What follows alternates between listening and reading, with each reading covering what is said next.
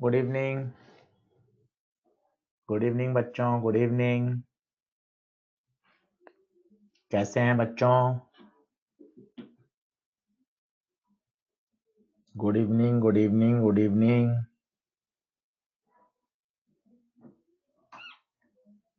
बहुत बढ़िया, बहुत बढ़िया, बहुत बढ़िया।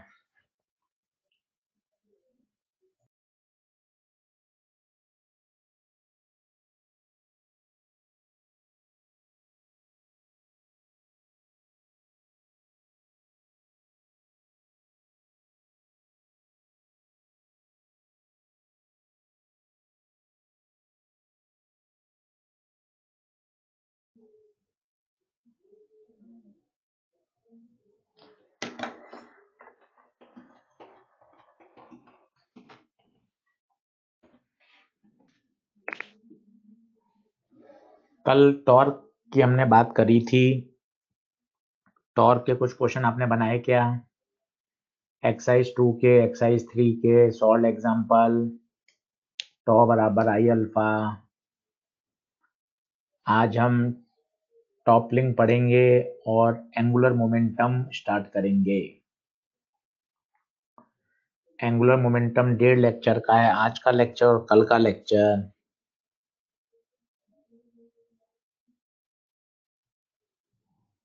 सही है, बहुत बढ़िया, बहुत बढ़िया।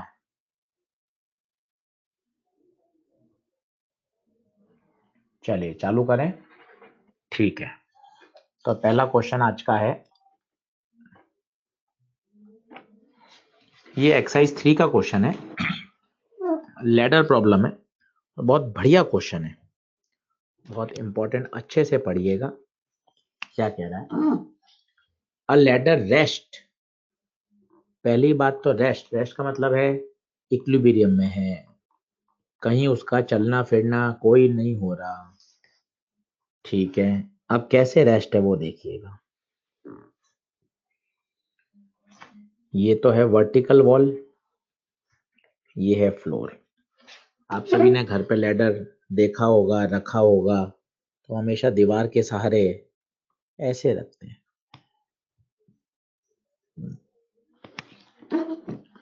ये फ्रिक्शन लेस है वर्टिकल वॉल, इस पे कोई फ्रिक्शन नहीं है। अपर एंड 6 मीटर अबव है, अपर एंड है 6 metre above.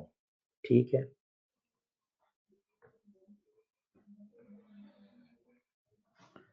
Lower and 4 metre away है। ठीक है, लैडर की लंबाई में मान लेता हूं L, ये एंगल थीटा मान लेता हूं। तो अगर मैं tan थीटा निकालूं, इन केस अगर मुझे tan थीटा रखना हो, तो हो जाएगा perpendicular upon base 6/4 3/2।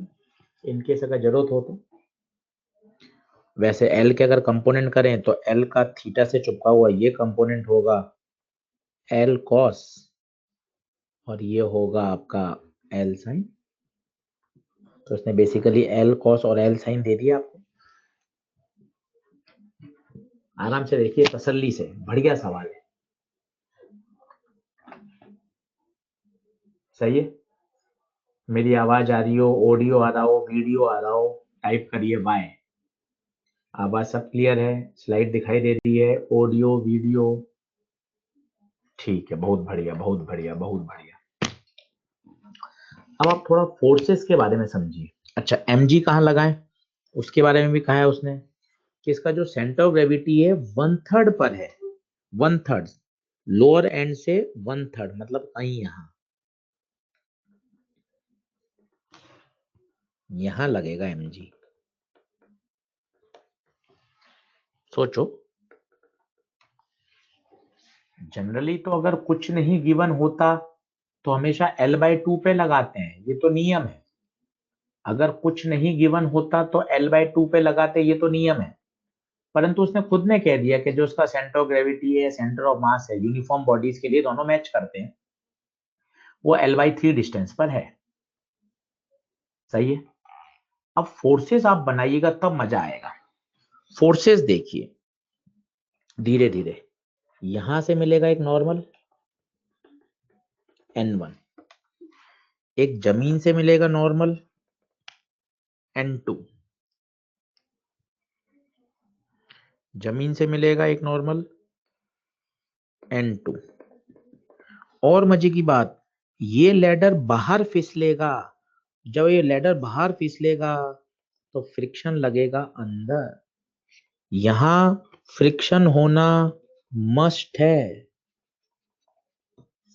Sir question में तो नहीं दिया हुआ, पर ये कॉमन सेंस है। अगर फ्रिक्शन नहीं होगा तो इक्विलिब्रियम आएगा कैसे? सोचिए, ये N2 तो mg को बैलेंस कर रहा है, इस N1 को फिर कौन बैलेंस करेगा? इस N1 को बैलेंस करेगा फ्रिक्शन।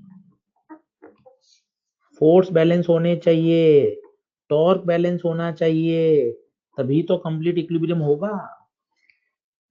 समझो बात को, N2 mg को बैलेंस कर रहा है, N1 किसको बैलेंस करेगा? फ्रिक्शन को बैलेंस करेगा। अगर नहीं होंगे तो काम कैसे चलेगा? आराम से देखिए, तसल्ली से, कहें तो आगे बढ़ें। अब बताइए, अगर ये इक्विलिब्रियम है तो नेट टॉर्क 0 होना चाहिए। अब सवाल होता है किस पॉइंट के अबाउट टॉर्क निकालें, किस पॉइंट के अबाउट टॉर्क लिखा जाए, वो देखिए। किस पॉइंट के अबाउट लिखा जाए, किस पॉइंट के अबाउट लिखा जाए, बताइए किस पॉइंट के अबाउट। आंसर है किसी भी पॉइंट के अबाउट लिखो। हाँ, अगर आपने पी लिया तो आपको फायदा मिलेगा। क्या फायदा? N2 का और फ्रिक्शन का टॉर्क, N2 का और फ्रिक्शन का टॉर्क P के अबाउट 0 हो जाएगा।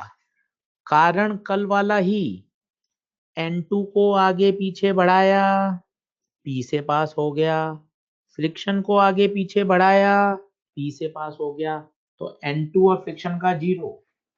अब दो ही टॉर्क बचेंगे, कौन कौन से? एक mg का और एक N1 का। क्वेश्चन सॉल्व बात की बात है, पहले बेसिक फंडामेंटल समझो, पहले बेसिक फंडामेंटल आने चाहिए।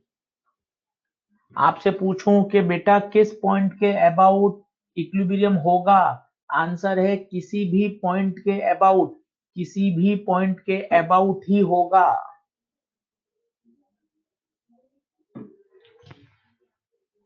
पर पॉइंट पी ज्यादा फायदेमंद है, क्योंकि पॉइंट पी से दो फोर्सेस पास हो रहे हैं। सही है। अब दो टॉर्क निकाल लें। अच्छा, क्या डायरेक्शन निकालने की आवश्यकता है क्या? क्या डायरेक्शन निकालने की आवश्यकता है क्या? नहीं। क्यों नहीं है? दो ही टॉर्क हैं, तो इन दोनों को तो इक्वल एंड अपोजिट होना ही पड़ेगा, इन दोनों को इक्वल एंड अपोजिट होना ही पड़ेगा। बढ़े आगे, चलिए अब देखें, जिन बच्चों ने लास्ट जो अभी लेटेस्ट ज्वाइन किया है वो वापस देख लीजिए, एक बार और सब समझ लें। ये लैडर, लैडर की लंबाई बताइए L, ये थीटा, ये L cos, ये L sin, ये L cos। ठीक है। mg देख रहा है, कहाँ लग रहा है? L/3 पर, L/3 पर। यहाँ जो फ्रिक्शन लगेगा और जो नॉर्मल लगेगा उसका टॉर्क 0 है।